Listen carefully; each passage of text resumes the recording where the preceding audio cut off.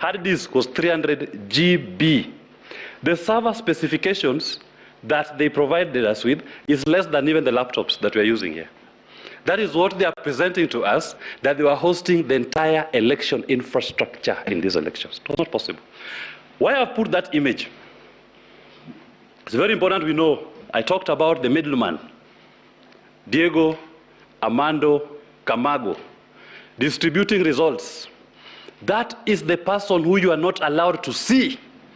That is the person who, when the Supreme Court makes an order to be allowed complete access, to be provided the password policies, that is the Diego Camargo who we are being told you cannot access him. That back office, polling station goes to him. He's the one who sends to the returning officer. He's the one who sends to the National Tallying Center. He's the one who sends to the public portal. He's the one controlling everything. He's the midfielder distributing to everybody the results of this election. What he says are the results. You can now remove the portal. You can remove it, please. Having said that, we must note that as the world evolves, technology in elections also evolve. Previously, when my learned senior James Orengo was running in 1979 in Ugenya, people used to stuff ballots and run away with them physically. Progressively, they start changing forms. Now, elections are stolen on technology. That's why I said machines are voting for us. I refer you to a case that I've mentioned in my authorities, Dr. W versus the German Bundestag, where the Germans asked themselves, are the Germans really voting or machines are choosing our leaders?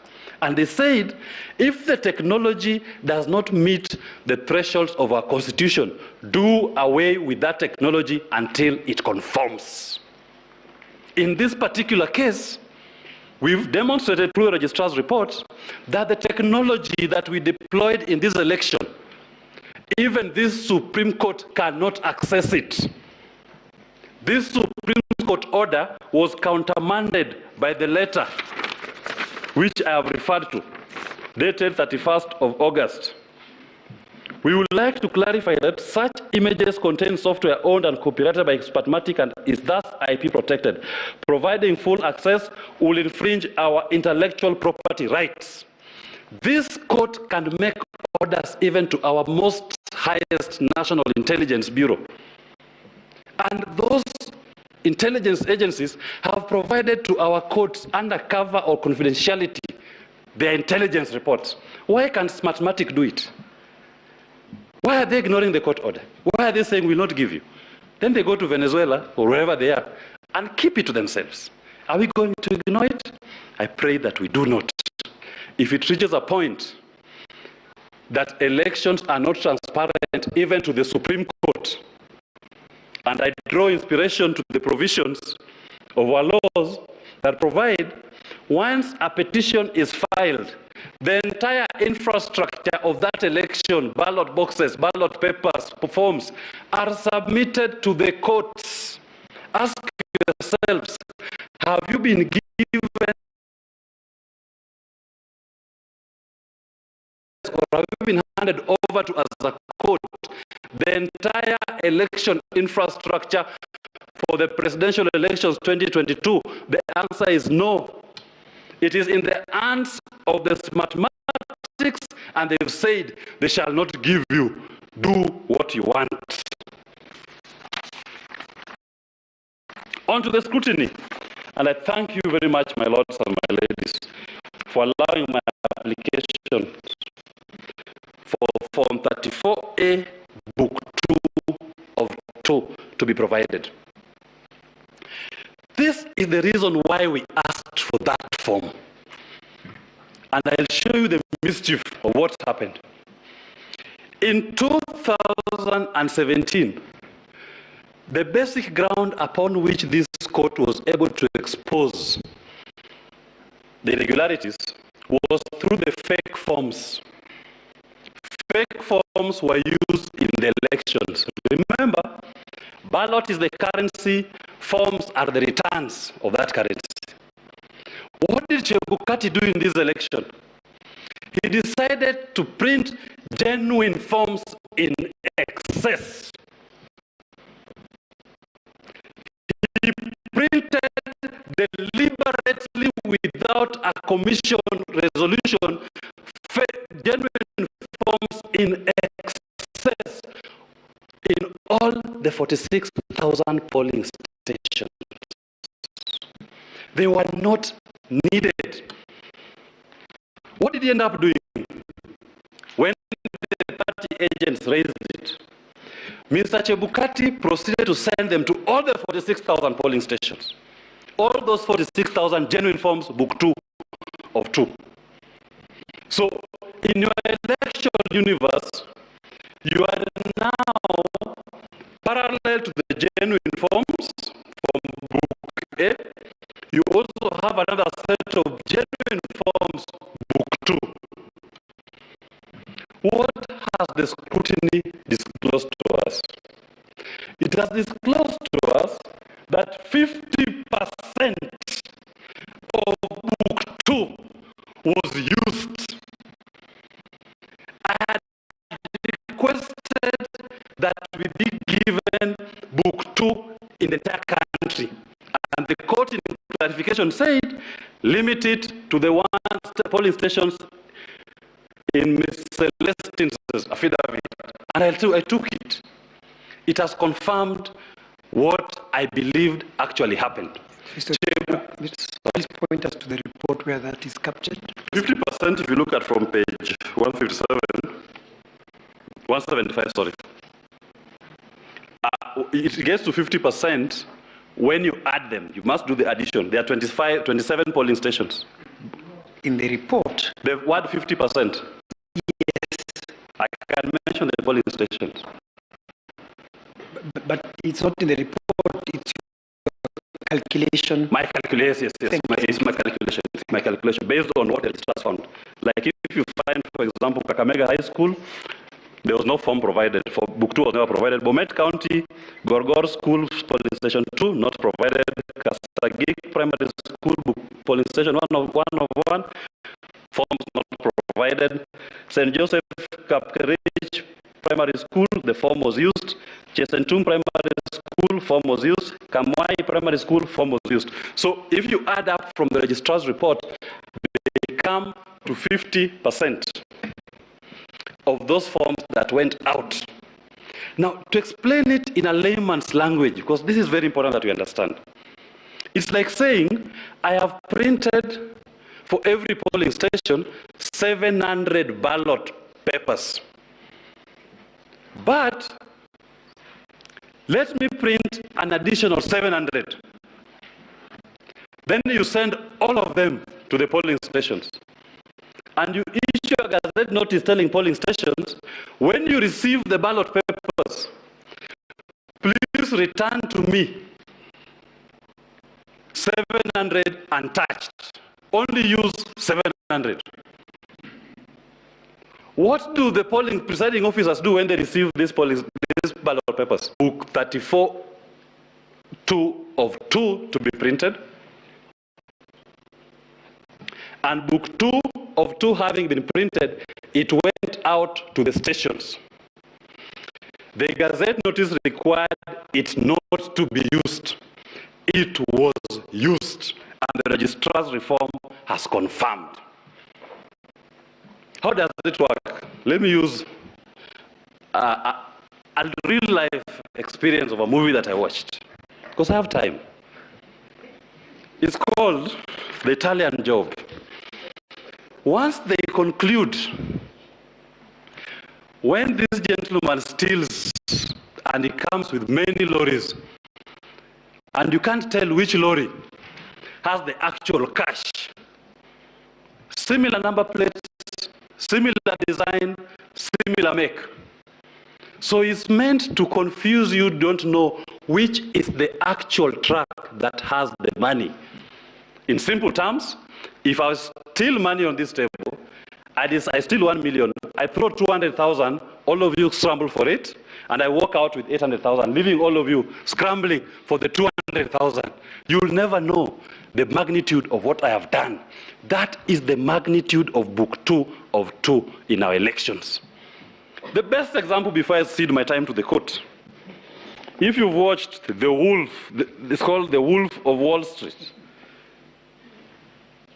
When the star player, at the point of blowing it all up, throws money at everybody because he has now made his ultimate loot. He throws money at everybody, and no one can tell what actually transpired. That is what happened with book 2 of 2 in our elections. That when you start questioning, when you start tracing, you will only be meeting genuine forms. In 2017, when we were questioning, we were meeting fake forms. He threw an extra 46,000 genuine forms into our elections in the hands of people who could not account for them. When we went to look, we were able to demonstrate that 50% of those forms have been used from a sample. From a sample, not denied, either not used or not accounted for, not returned. Are we going to give regime legitimacy after this indicting audit report? I asked this question in the morning. Part of the Supreme Court's function, you give what we call regime legitimacy. The Kenyan people moving in one accord. And nobody has spoke in this court about the margin of victory that is declared, less than 200,000. After all these muddled figures, after all these illegalities, are we going to say that let us ignore them and give a regime legitimacy to one of the players? I urge you not to ignore your registrar's report. This is too damning. This has confirmed to you that at the end of this process, the only person who could answer the question where the punk was going to land was Wafula Chebukati himself. It was not the instruments that were deployed for the conduct of the elections. I thank you very much for the opportunity to appear before you. Thank you for listening to me. And I thank Justice Wanjala today. He didn't respond when I did my monk. I donate my time back to the court. Thank you. You also did not sweat, so we are okay.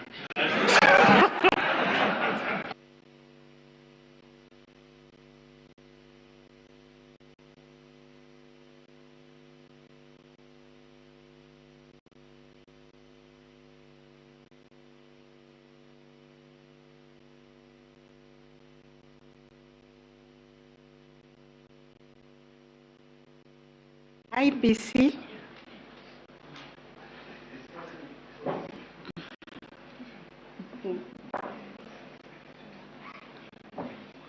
My ladies, my lords, Mr. Dennis Nkarisha will make the presentation for us. Thank you, Senior. Repeat your name for us. Dennis Nkarisha. Okay. Nkaricchia.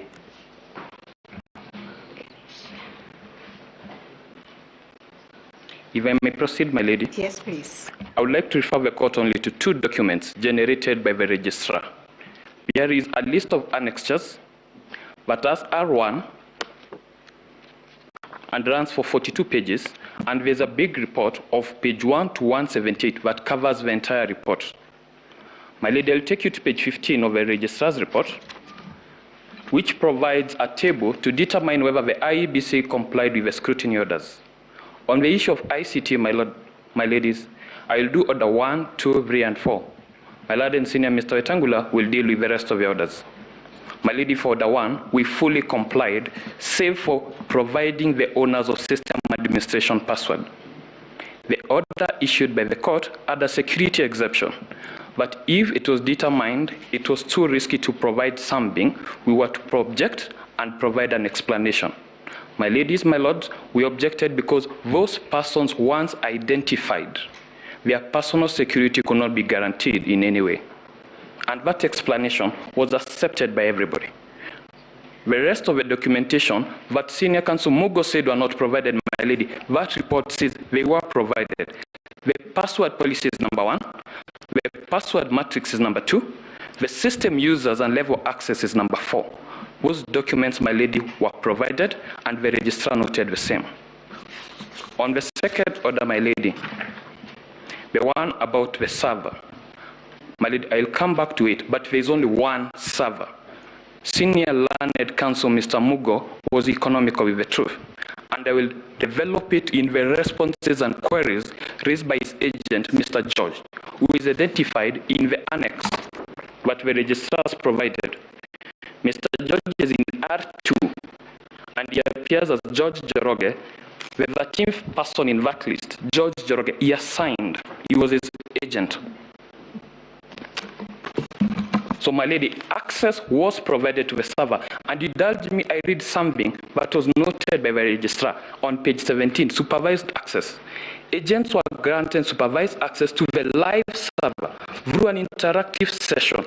All their concerns and questions were exhaustively answered through querying of server for logs, not by mouth, not by explanation, by their own queries to the server. My lords, my lady, I was there. Mr. George, for the petitioners, dictated specific queries. They were run in the system, and he was completely satisfied. That is the registrar's comment, not the IEBC's comment. As such, the statement that they were denied access is factually inconsistent with the registrar's remarks. Secondly, my lady, the demo of the IEBC system architecture, the theory is proven by the registrar. IEBC provided a demo of their election infrastructure for agents to understand. We were not doing it in vacuum, my lords, my ladies. I will leave the comment on the server, my lords, my ladies, for later on. I will now just show compliance. On order 3, from the registrar's report, my lords, my ladies, it was fully complied. You can look at the remarks by the registrar, and it says provided. And critically is the penetration test, what is known as the pen test, under the election technology regulations, regulation 10 and 11, but Senior Mugo said was not provided. My lady, I'll take you to page 18 and 19. Supreme Court Order 3, penetration test reports prior. IEBC provided report on internal network and infrastructure vulnerability and assessment, and certificate of penetration were provided to the applicants and the first respondent. Volume 2, page 1 to 51. It's not a theory.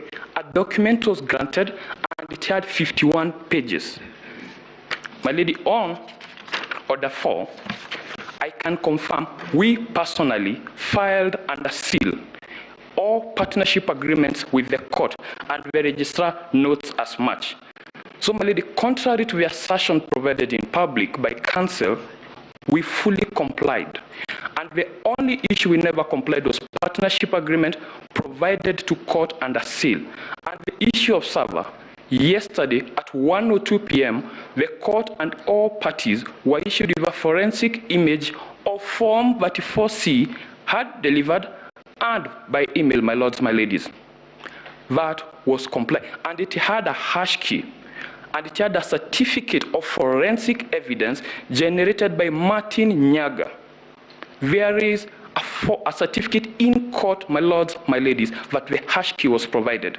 So rather than move to generalization at a granular level, we can prove we fully complied with the orders on ICT. Now, I'll pick issues on the party interrogation into the system. And I want to pick issue 1, it's by George. The same George, I said, is an agent of Mr. Mugo and is proven by the registrar's report R2, the person under 13, for Madva Wangari Karua, George Joroge, and Musa Omondi. That is the George. He asks, wanted to know the user who logged in on 12 August 2022 at 001 hours. I will take you to R9. It's the registrar's report. I have not filed anything in reference to this, my lords, my ladies. And it shows there was no user. It's the registrar's report. I'm not going to give an interpretation. And they'll say the comment under, by the registrar, a review of access laws did not show the user or any suspicious activity. the registrar was represented by an IT technical team. So it did not even request us to lobby the registrar, explain to the registrar. The IT team confirmed for itself. My lords, my ladies, they said there was suspicious activity between various dates. I'll take you to comment 4 by George Njoroge. Agent wanted audit logs for user root during the election period. Logs were retrieved from 8th August to 29th August 2022, the day before the election and the day before we did the exercise. There was no suspicious activity. I would like the court to do a simple thing, my lords, my ladies. Compare the logs Mr. Mugo has provided and what is found in the registrar. You will discover there is an apparent discrepancy on the face of those logs. Nothing put on the slideshow is in the registrar's report because it's not.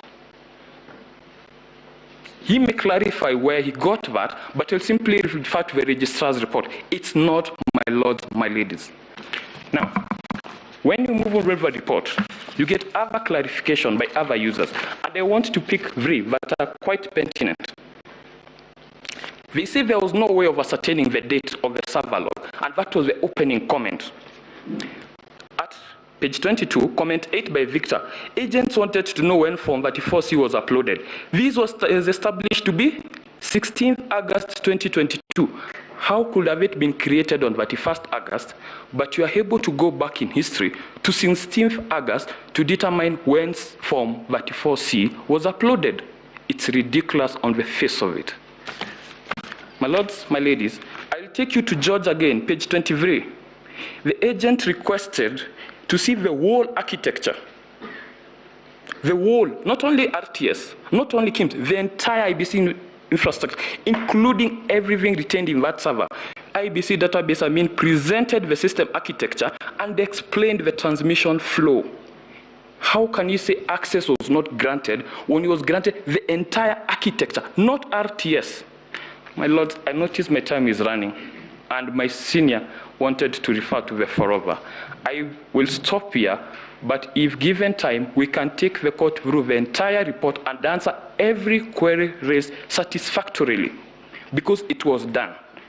Access was granted, that's why comments were made. If access was denied, there would have been no comment. Thank you, my lords, my ladies.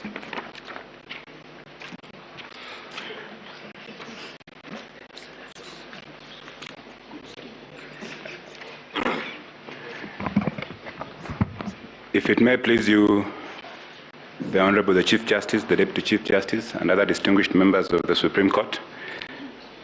My name is Emmanuel Wetangula. I'll be presenting our observations on behalf of IEBC with regard to the scrutiny and the recount that took place on the 31st and yesterday, my Lord.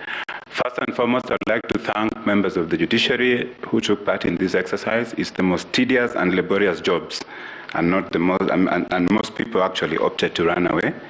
And even in the submissions which I'm about to make before the court today, it will be quite notable that none of my colleagues have addressed the pertinent issue.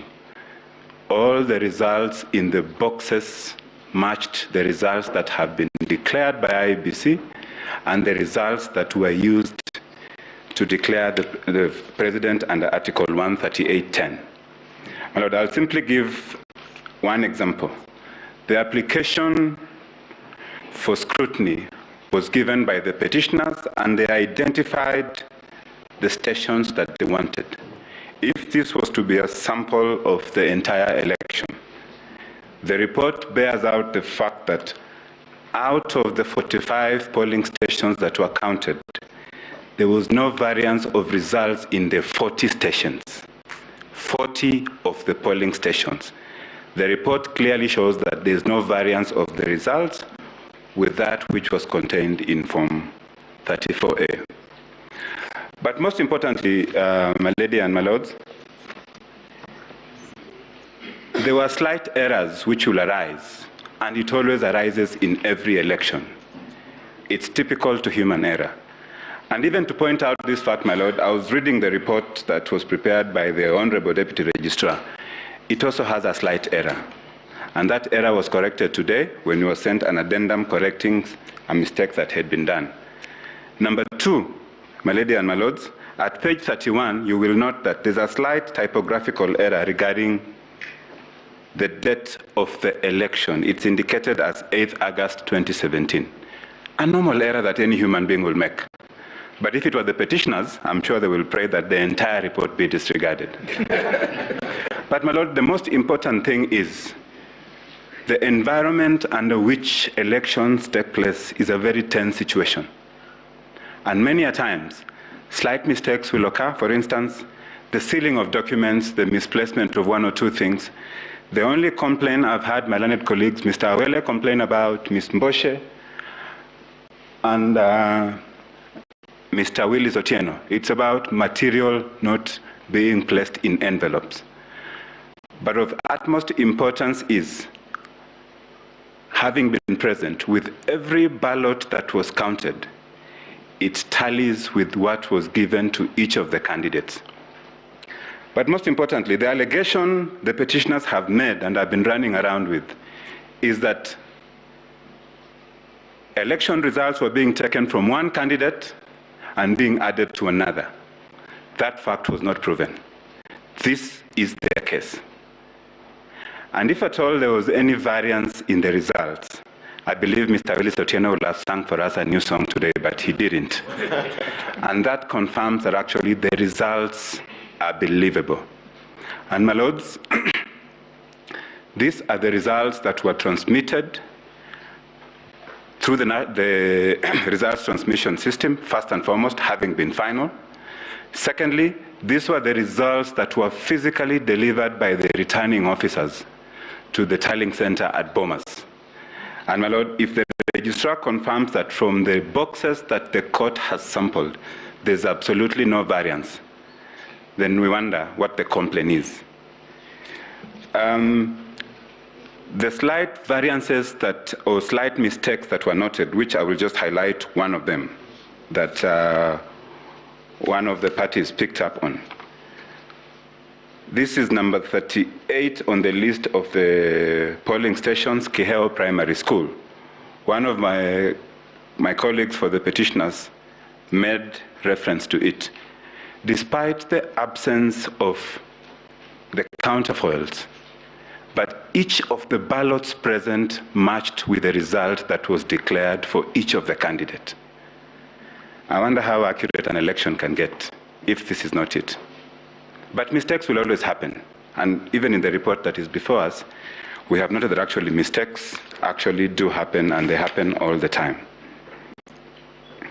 There was something else that the parties were supposed to deliver, that is IEBC, which was Forms 34A. My lord, a sufficient volume was delivered to the court. I'll just confirm how many there were. There are 32 volumes of Form 32As which have been availed to the court. My lord, there's also the error form, 3 volumes which have been availed to the court for scrutiny, signed by the chair. These are the errors that were noted during the verification and tallying. And lastly, my lady and my lords, before the time runs out, Book 2 of Form 34A. Some of it was found in the ballot boxes during the scrutiny, but some of the boxes did not contain, and it's borne out in the report. But the purpose of printing this booklet is actually known to all the players. My lady, my time has run out. I'll just request for 2 minutes to finalize my point, and I'll be done. Thank you. My lady, with regard to Form 34A, Book 2, the purpose why an extra copy was printed, and it's known to the petitioners, but they will not tell this honorable court, was that at any time, sufficient copies of the forms will be available to the agents, candidates, and the media. This is to ensure that the results that were being declared at the polling stations being final were transparent and known to everybody. But a contest arose, and a decision was made by the chairman of IEBC that this material was to be sealed and placed in the ballot boxes. As it will happen, in some of the boxes, and the report will bear it out, some of the forms are not there. and even the report will bear it out, that some of the presiding officers made mistakes in Book 1. They cancelled it and utilized Book 2, but still the result did not change. What is important and material is, from the scrutiny that was undertaken until very early hours of yesterday morning, the result matches what is contained in Form 34A. And my lords, those Form 34As have been availed to the court pursuant to the rules of the Supreme Court, and they are the forms that were used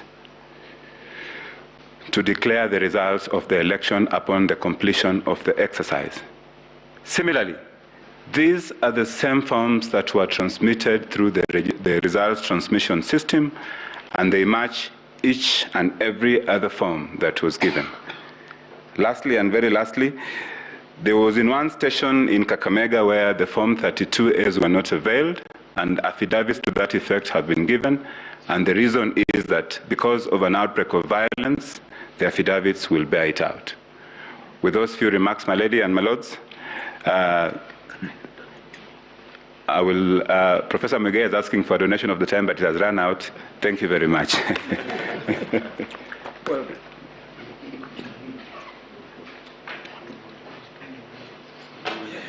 My lady, without appearing to interrupt the court's proceedings, with that kind permission, my learned friend has made reference to an affidavit that was given. You've never been supplied with that affidavit. We don't even know about it. And I don't think it is proper for evidence of such a nature to be brought to court at this critical point. And I wish the court should ignore it.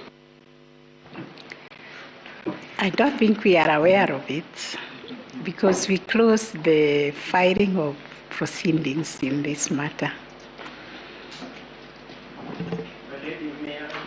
Very kindly request you to allow me to place on record that we reserve our right to object to that document filed by my learned friends.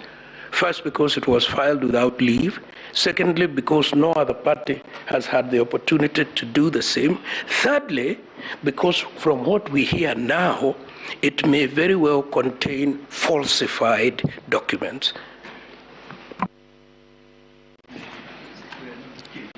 Yes, have we had submissions from the 9 respondents, but now in the...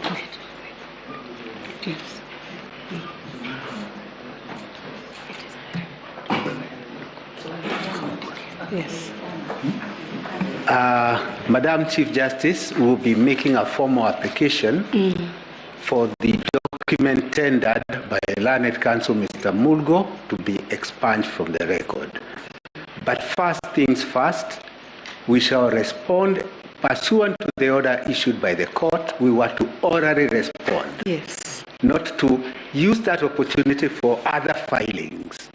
On our part, 2 of my colleagues will make the oral submissions.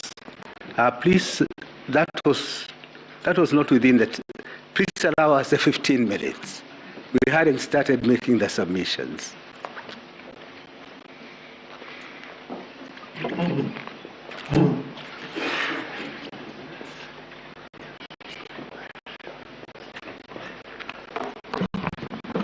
If it pleases the court, my name is Omwanza Ombati.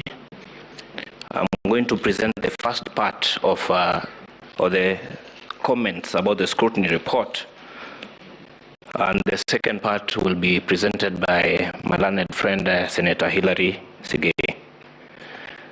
My lords, it's important to first appreciate that the purpose of scrutiny is an exercise that is meant for the court to have an impression of how the exercise of the election was conducted. And that's what you said in 2013, Raila.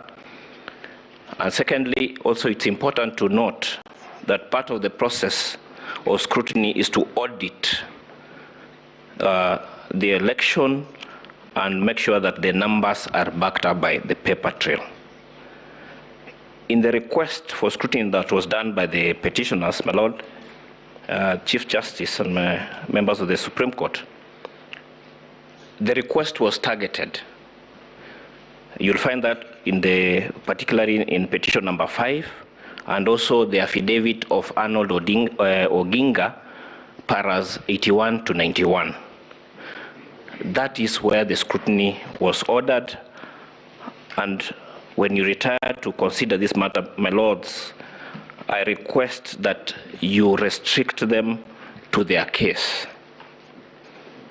Now, in terms of the orders that was given by this court, you'd find that there are 7 orders. I'll deal with order number 1 to 4. The first one was with respect to an order that IBC should provide the applicants with copies of the technology system and security policy. This was complied with, except that the